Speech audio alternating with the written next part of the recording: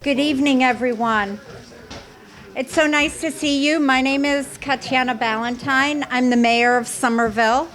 Welcome to this Broadway Corridor planning meeting. It's great to see everybody. Just out of curiosity, raise your hand if you can tell me what city I'm located in right now.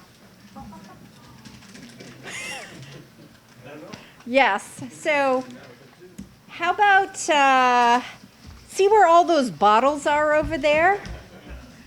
What city do you think those are in?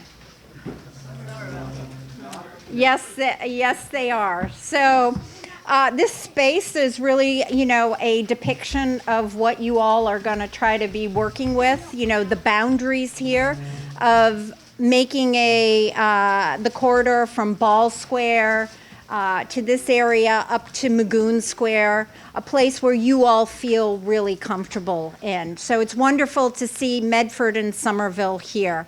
I can't thank you enough for being here. I hope that you get engaged and you really share your thoughts with us.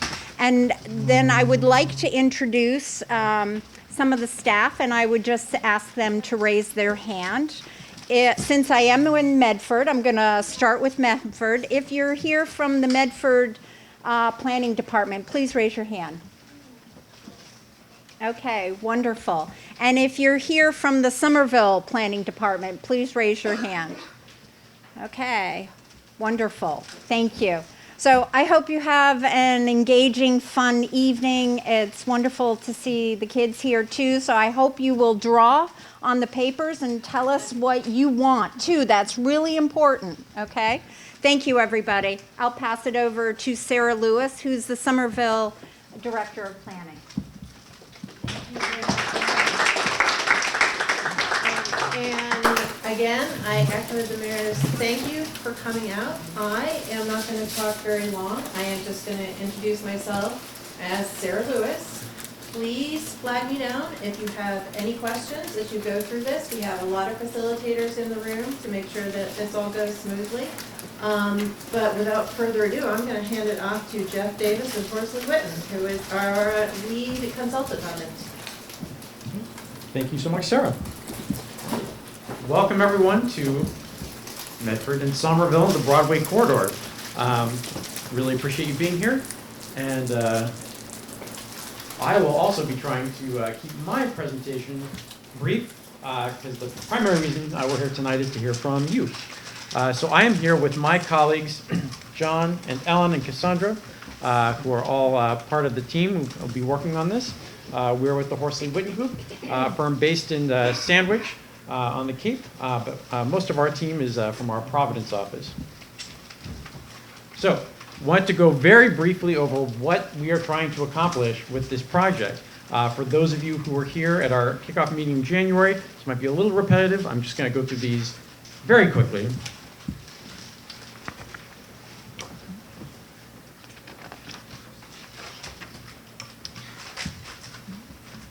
All right, so just to orient you to the project area. So we're looking at an approximately 1 mile stretch of Broadway. We're right in the middle of it here. And it is that area where, as you know, the boundary between Somerville and Medford cuts through the property lines and the properties on the north side of the street. So why should we revisit zoning here? So first and foremost, there are now 2 sets of rules for developing properties that are split by this line, and that can be confusing and time-consuming. Next, we have the 2 new Green Line stations that really makes this corridor an underutilized, transit-oriented corridor. Next, both communities have comprehensive plans, visions for the future that really see this corridor in a different light. They see it as being more of a mixed-use, walkable neighborhood. And as well, the current zoning on both sides of the line envisions this as well, with at least 3 to 4 stories, in some cases more, mixed-use development. But most of the buildings along the corridor today are only 2.5 stories, some even less. So really there's a mismatch between both communities' vision for the future of the corridor and actually what you allow today with your zoning. So I'm not going to go into this in great detail, but we do have maps up here that show the existing zoning, that show the existing building heights, and the year that buildings were built. We also have some examples of building types that could potentially fill this space in the future. But suffice to say, there are a variety of zoning districts on both sides of the line today, and they allow a variety of things, mostly primarily residential in some, mixed use in most, and again, buildings that can go up generally 4 to 6 stories, though there are some instances where Medford allows buildings to go up even higher by right today. So this is a map of the corridor with all the various zoning districts, and you can see where there are differences across the line. By and large, there is pretty decent consistency where there's generally residential on the Somerville side, there's generally residential on the Medford side. There are a few areas where there is some conflict, where one side of the line allows for more commercial and mixed use and the other side is primarily residential, or where you might have a much higher height allowed in Medford than is currently allowed in Somerville. So we've been trying to map that out and look at where those pain points are, where you might have very conflicting rules depending on where your property is located. So this, anyone wants to go back and read this PowerPoint presentation online afterwards, you can get into the weeds on that. But I did want to go over briefly what we have heard to date. This is our second public meeting for this process. We had our kickoff public meeting on January 22nd on the Somerville side.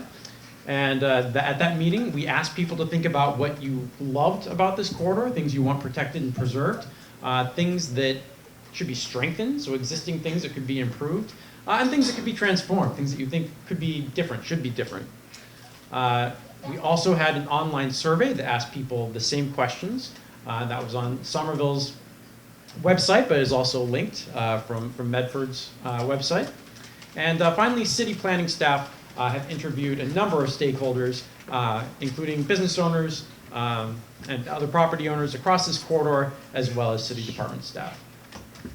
So just very quickly, what we heard back. So from that meeting on January 22nd, as well as the online surveys, what do people want to see protected and preserved in the corridor? One, the diversity in terms of people's culture, ethnicity, languages. People really appreciated the diversity of the population here. That there are existing neighborhood serving, locally owned businesses, and really wanted to see a priority of maintaining those businesses here and supporting their health. People were very appreciative of Trump Field, other open spaces, the tree canopy, and wanting to preserve those open spaces. People also appreciate the existing walkability, sidewalks and bike lanes along the corridor. There are a number of people who mentioned parking, that people appreciated the existing municipal lots and the street parking, did not want to see that reduced. Facades of historic buildings, the fact that you have a good variety of mix of uses here today, and that this is a relatively affordable corner of the area. In terms of things that people want to strengthen, improve safety for walkers and bicyclists, to conduct more traffic calming, so this would be a more safe, more pleasant corridor to walk and bike.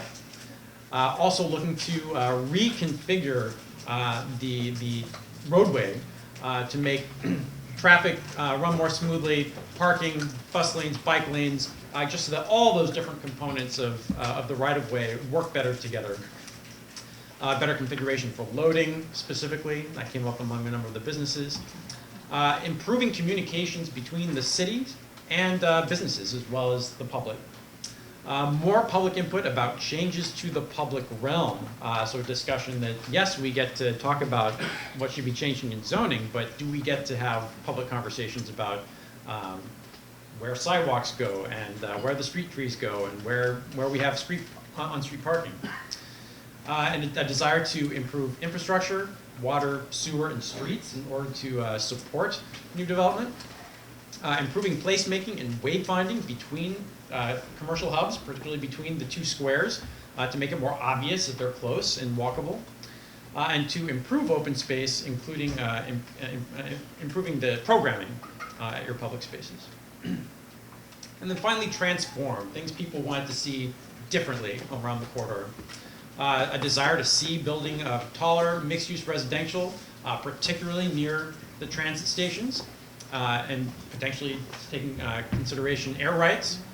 Encourage redevelopment of vacant and dilapidated spaces. Expand where commercial uses are allowed, and connect Ball and Magoon nodes. So there were some folks that really wanted to see that commercial extend all the way along the corridor. To increase affordable housing requirements for development. To improve infrastructure and attract key services needed to support more population density. So making sure you have a grocery store, daycare centers, and the sorts of businesses that help sustain people day to day. Make the public realm greener and more inviting, add outdoor dining, street trees, etc. And explore areas for pedestrian and bike-only zones. And for some people, it was not necessarily on Broadway, but on some of those connecting streets. I wanted to also briefly go over some of the major feedback from the interviews with businesses on the corridor. Most of the business owners that city staff talked to were very happy with the current conditions, felt that this was a good location, they got a lot of foot traffic, that was safe, that it functions well, and most people said that their businesses were doing well, were thriving. Although some people did feel that the area doesn't have enough visibility. There was a strong contingent that felt there was not enough parking, and some suggested reducing auto travel lanes in order to get more parking, while others wanted to reduce bike and bus lanes to accommodate more parking. Pointing out that Magoon and Ball Squares feel separated, and again, that common theme to connect them. Again, what we heard from other meetings, better communication between cities and businesses. Want more businesses in the area to attract more people. The more businesses there are, the better it is for everyone. Better sidewalks, more attractive public realm. And there were very few people who had strong feelings about building height. Most people said they were comfortable with four plus stories. It wasn't really an issue for many of the business owners who were talked to. And then finally, some major points from the internal city staff discussions. The cities are both working on marketing campaigns to promote businesses in Ball and Magoon Squares. Might consider a small business overlay for the Somerville side, and potentially a Main Street program. Somerville is also working on a plan to redesign the public right-of-way here, improve traffic flow, including potentially signal timing, pedestrian safety, bike lanes, crosswalks, street plantings, et cetera, et cetera, et cetera. So a lot of the things that we can talk about tonight, we hope will inform that more specific plan. Next, that would include a curb study, so really taking a close look at the curb space that you have available today and what of it is needed for resident parking, what of it is needed for metered parking, loading zones, bus stops, and so forth. And then finally, ongoing discussions are occurring about the future of Trumfield, how it can best serve the neighborhood, and also treatments for the Broadway Terrace retaining wall and how that can be more attractive and less of a barrier in the community. So with that, I'm going to turn it over to my colleague John, who's going to briefly go over some massing studies that we've done of the corridor, just for context. All right, thank you, Jeff. Good evening, everyone. Super excited to be with you this evening. We're going to participate in a fun drawing exercise, especially excited for my friends at the table over here. We're going to draw this evening. And on that note, I have the honor of going through some of the graphics we've put together to help put the 2D map into 3D so that we can take a look at some various scenarios for massing along the corridor. So we did a series of SketchUp models along the corridor. So what that means is we're showing building heights, we're showing kind of volumes or envelopes of space for different scenarios. What we're not doing is drawing buildings. We're not drawing development scenarios that are proposed. We're not even showing proposed zoning. we have Cassandra over here. Raise your hand, Cassandra built this model. And the cool thing is we're here together with y'all in Somerville and Medford for 3 days, and we have the model. So we can zoom around wherever we want to go in the model, push and pull things based upon what we hear from you folks to see how it looks and feels in 3D. What we'll show tonight is a series of snapshots of what will be a dynamic model. So we're looking at existing height along the corridor. We're showing what existing zoning currently allows, so we can get a sense of what that is. May compare to the existing condition in some places, and it may not in others. We're going to look at maybe what we heard from a lot of stakeholders. There are places where taller buildings make sense. What would that look and feel like? So a series of caveats, as with any such exercise. This is a visioning exercise. We have a dynamic model. We're starting to think about preferred building height and uses along the corridor. There are many other requirements in zoning that may shape what a building in that spot you may be picturing and seeing as a 4-story or a 6-story. The building may not be able to be built to that height because of things like parking, architectural requirements, other zoning constraints or opportunities that shape what could happen on that lot coverage and open space. There are differences for heights and uses allowed in Medford versus Somerville, which is part of why we did this. You can kind of see in the model there's some disconnects on the line. And that's what we're going to talk about together. Also noting that Medford zoning currently allows different heights for different uses in the same zoning district. So we're showing a snapshot, picking a few examples. But there are kind of different requirements that may allow different heights based on different use. For example, a hotel versus residential. Okay, we're going to dive in. So we have this focus area base map. We split it into 5 somewhat arbitrary segments for the purposes of zooming into one and then the next and then the next. You all have printouts of this at your tables, so you can kind of flip through. The color is a little different, but the idea is we can kind of zoom in. It doesn't mean that those lines necessarily are delineating the zoning boundary. So we're going to start with number 1. That's a good place to start. We are starting with Ball Square West. Existing conditions. We know where we are. The T-stop. Broadway. So this is the snapshot of the existing conditions, the model that Cassandra is seeing in her dreams, building residential buildings. We modeled, and you can see here specifically changes in the buildings that front on Broadway and the buildings behind, residential mostly for context, just to get a sense of how the changes fit into that context. Not to say we can't build more of the model out, but this seemed to be a good way to show what we're talking about here. They're color-coded, mixed use, and this is the current zoning.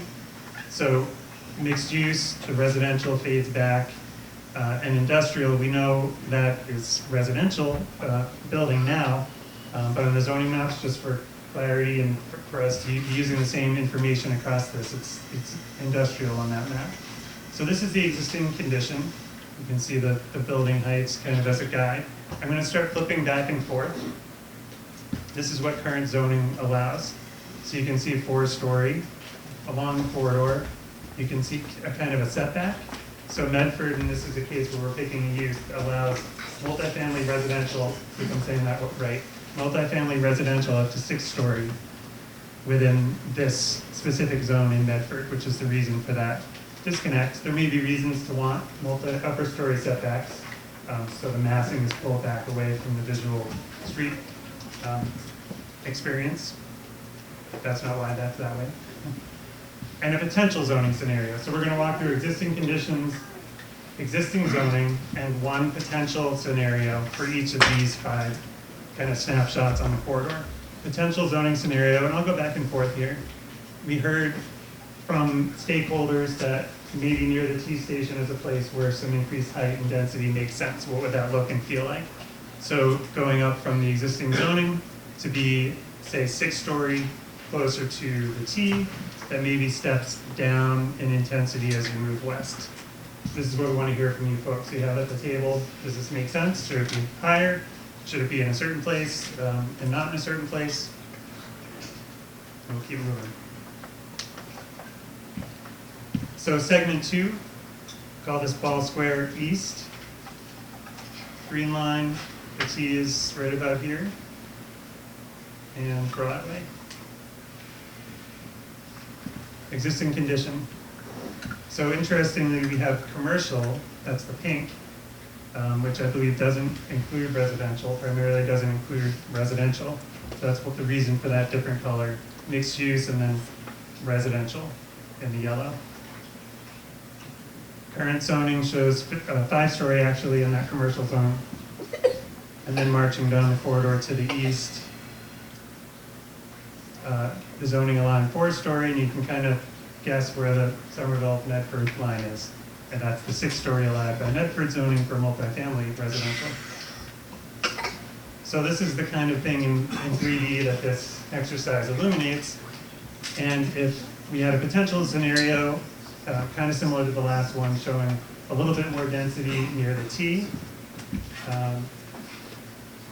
that could kind of march down the corridor to the east. Segment 3, opposite Trump Field.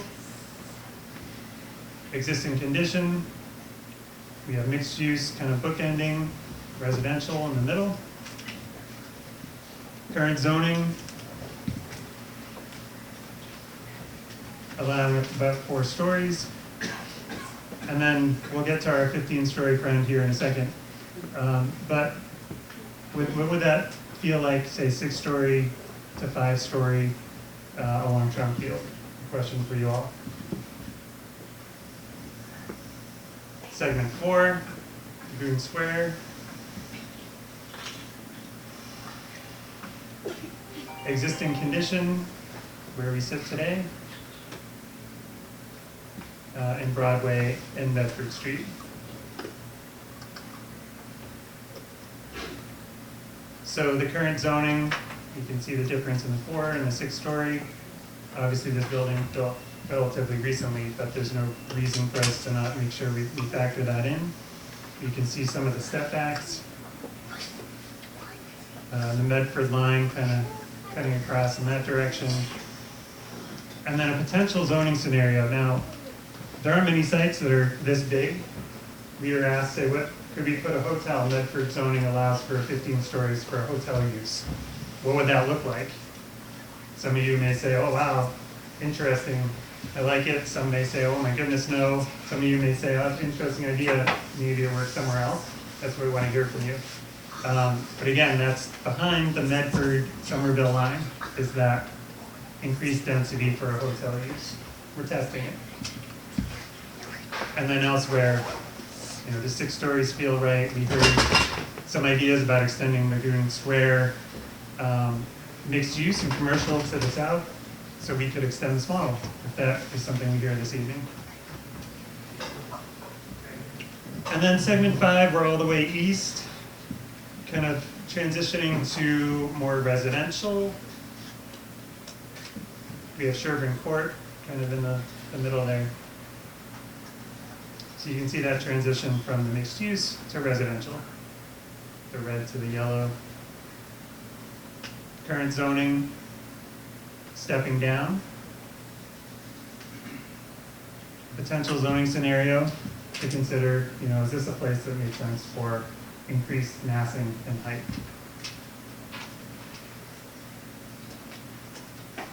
So a series of questions for you all. We look forward to hearing from you. I'll hand it back to Jeff. Thank you, John. And amazingly, we are right on schedule. Going to give you all as much time to talk as possible. So this is for both the folks here in the room with us and anyone who's home participating via Zoom. We'll be splitting up into breakout discussions. Looks like most of you are already nicely spaced out for these discussions already. We'll have 1, 2, 3, 4, 5, basically where you see one of those yellow boards. I believe there will be 3 groups online, so you will automatically be moved into a breakout group if you are online. How this will work in person is going to work a little differently than how it's going to work online. But basically for those of us here in person.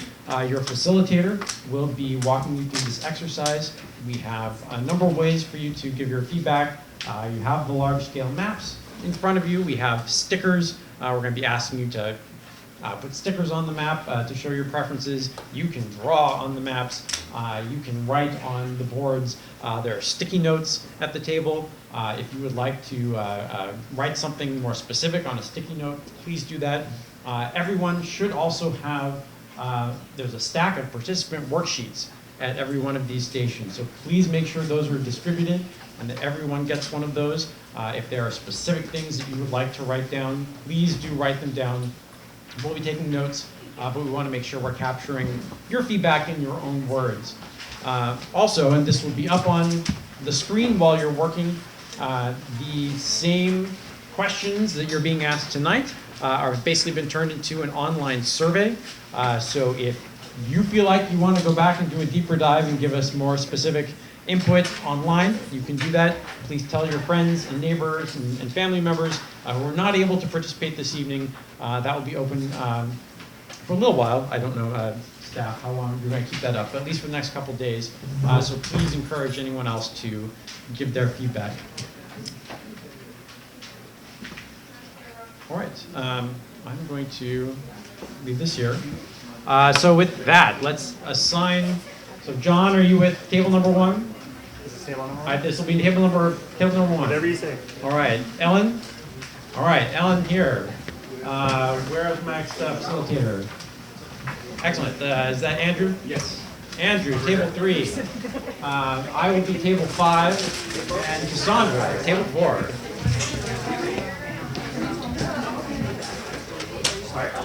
Oh, yeah.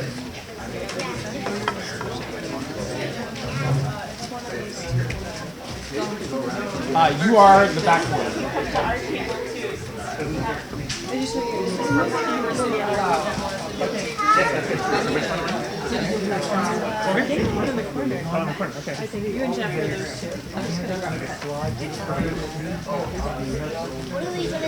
They will be online. I have my own personal copy of the slides. So, second question is.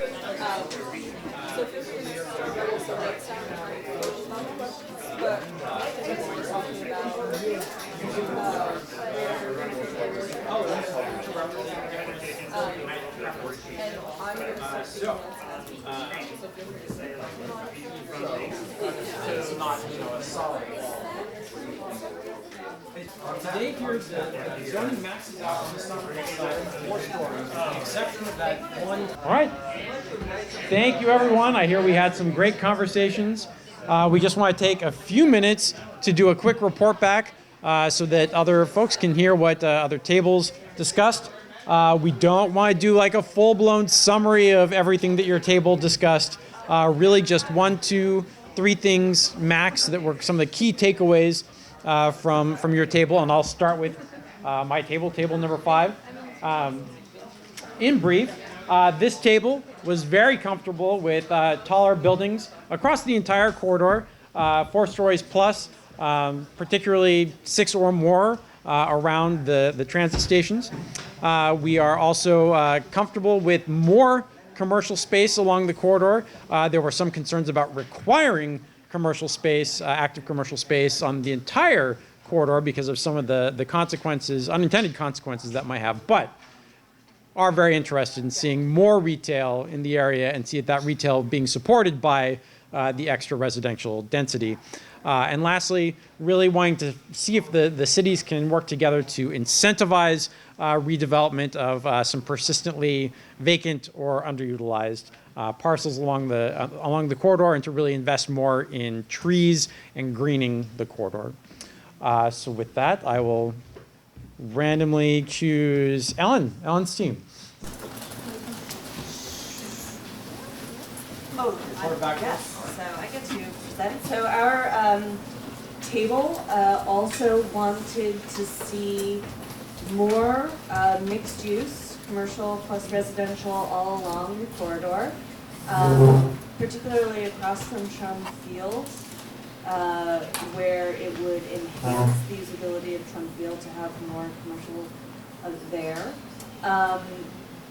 generally speaking, good with 4 stories plus additional floors at a recess back. 5 seemed to be something everybody was comfortable with, and some people felt that there might be some places where 3 stories would be more appropriate. Looking also to enhance green space and greenery, and add or ensure that there's safe crossing from green areas and key residential areas to commercial businesses. And to think, I already said green space.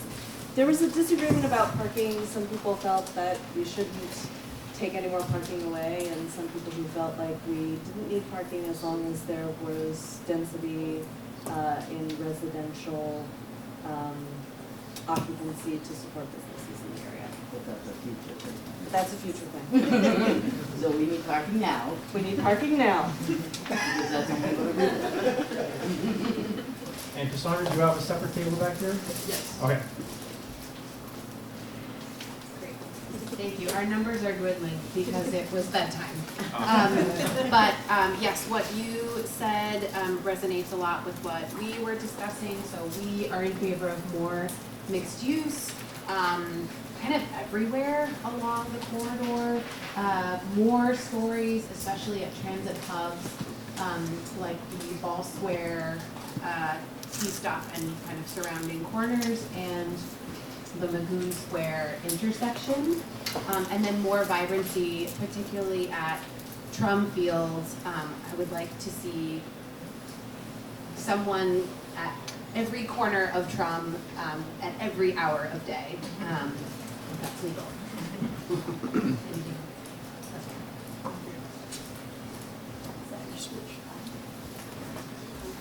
Not gonna trip on the wire.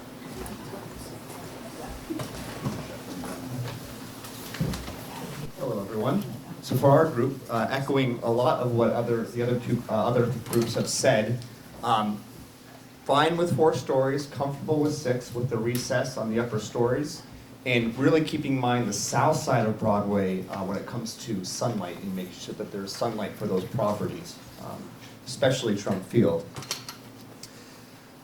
A consistent streetscape up and down the corridor, from Ball Square up through Magoon Square, going towards Main Street, keeping in mind that we can improve the crosswalks that exist. Some feel that some of them are unsafe, especially near those existing gas stations where it sort of bleeds together. Where do you walk? So keep that in mind.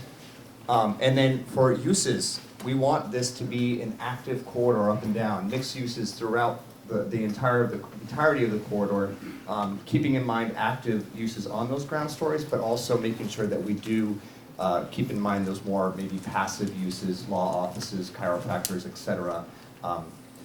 Maybe considering having those uses on the 2nd floor, but then having shops and restaurants on the 1st floor, where appropriate, of course. But overall, a mixed-use corridor. Am I missing anything? No, I think we got everything. All right. Thank you. Thank you.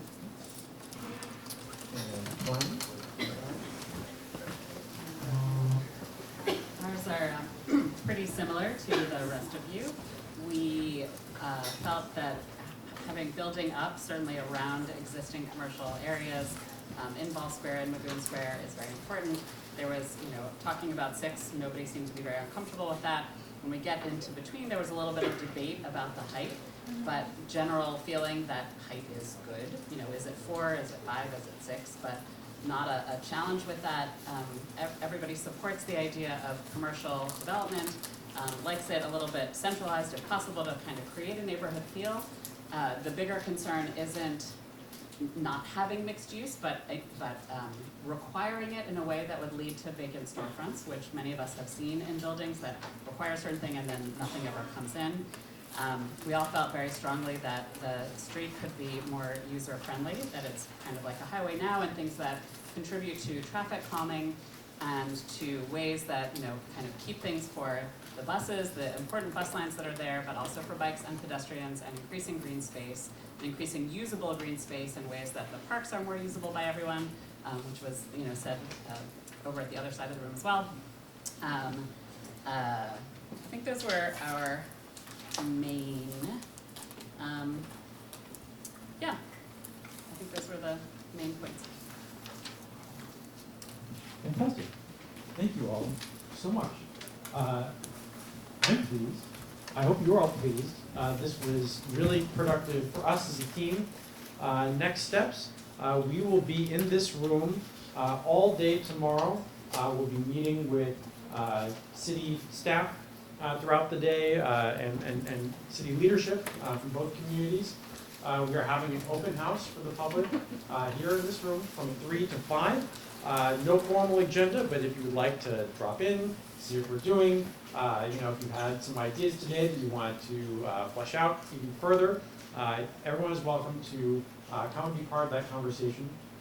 And then on Wednesday, we will be back here working out of Somerville City Hall, but in the evening, and I'm going to get the name of this school wrong. I meant to look it up. Missituck. Thank you, Alicia.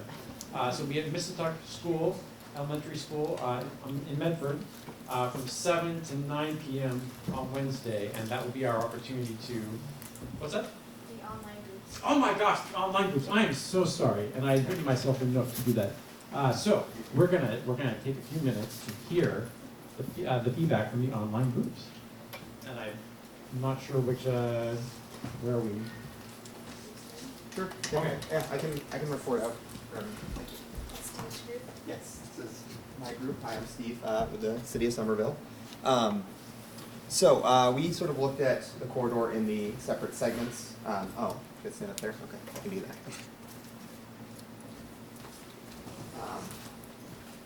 We looked at it in the separate segments and also looking in terms, each segment in terms of, potential for more stories, looking at what existing commercial uses are there and what else we'd like to see, and then looking at it in terms of what improvements they'd like to see for the streetscape. So I'll try to, run through some of the key takeaways. Generally for that first segment, there was a lot of positive feedback about the existing commercial activation that's there. They really liked that there was small floor plates, small businesses there. They really liked the mix of it. The neighborhood produce grocery store that just went in, there was a lot of positive feedback about that. In segment 2, they thought that there's maybe while that first segment really had the sort of character they wanted to maintain, they felt that maybe segment 2 potentially would be a little bit more ripe for sort of an aesthetic change for more massing. In terms of like public realm here, they would like to see that maybe a little bit better pedestrian connection to the getting to Ball Square Station, that it's not always the easiest to navigate to as a pedestrian. So something to consider would be like maybe a raised crosswalk, especially to slow down vehicles that are coming off Broadway onto Boston Ave there. It's a little bit disconcerting. Moving further east along Broadway, for Trum Field, they really liked that, it's a community asset. They want to make sure that it's the sort of gateway for pedestrians getting into Trum Field is has a bit more green space, more greenery, especially on that western end of Trum Field. Approaching Magoon Square, Magoon Square is extremely wide as an intersection. They felt that crossing it, there's conflict between pedestrians and vehicles that often happen. And then getting into Winter Hill, I guess I'll just highlight that there was a couple of parcels they highlighted there that seem, that seem particularly underutilized there. Yeah, I'll leave it there. Obviously, we had a lot more thoughts here, but I just wanted to give the highlights for my group. Okay, who else had online? One person online. Okay. Can I take a minute to get the sound working? Oh, okay. Great.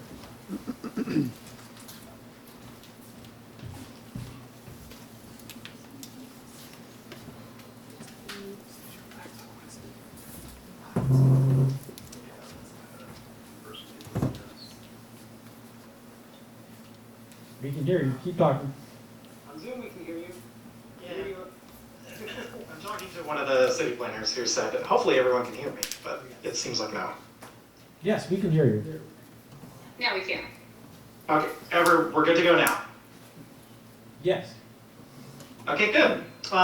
So to one of our groups, we basically kind of had a unanimous decision across the board from 1 through 5 that essentially all of the zoning 4+ sounded great to us. Mixed feedback on whether, discussion on whether setback was necessary or not, depending on locations and things like that. But even without setback being needed, I think our entire group was pretty in favor of 4+ stories for our zoning. We talked a lot about the differences between mixed use and commercial use. Mixed use the whole way. Some specific locations would be nice to see some commercial development, specifically across from Trump Field.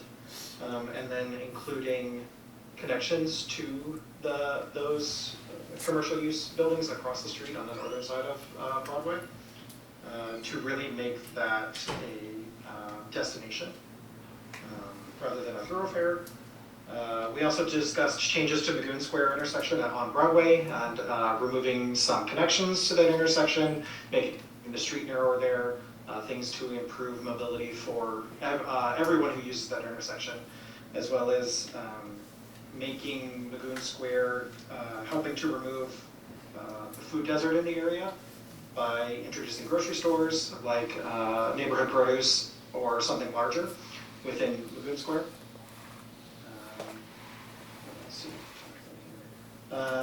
We would like to see some larger buildings and commercial use across from Trump Field, since those are pretty small as it stands now. It kind of feels out of scale.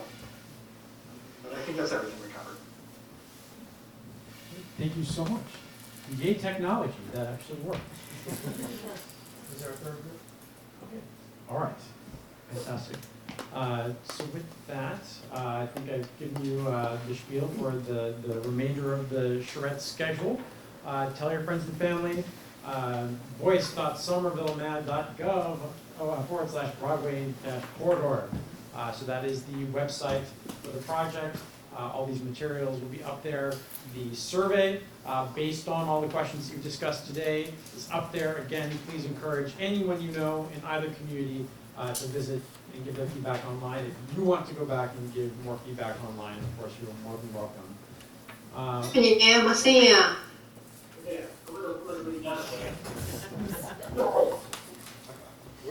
So with that, would anyone from either of the cities, Sarah, anyone like to say any closing comments, or?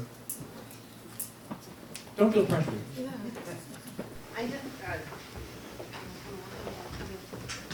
Don't trip. I just once again thank you all for coming out and participating. We had a great turnout. I love that this worked in person and online, so we've got the best of all worlds, and we hope to see you either tomorrow afternoon or especially on Wednesday evening. So thank you all so much. Have a good night.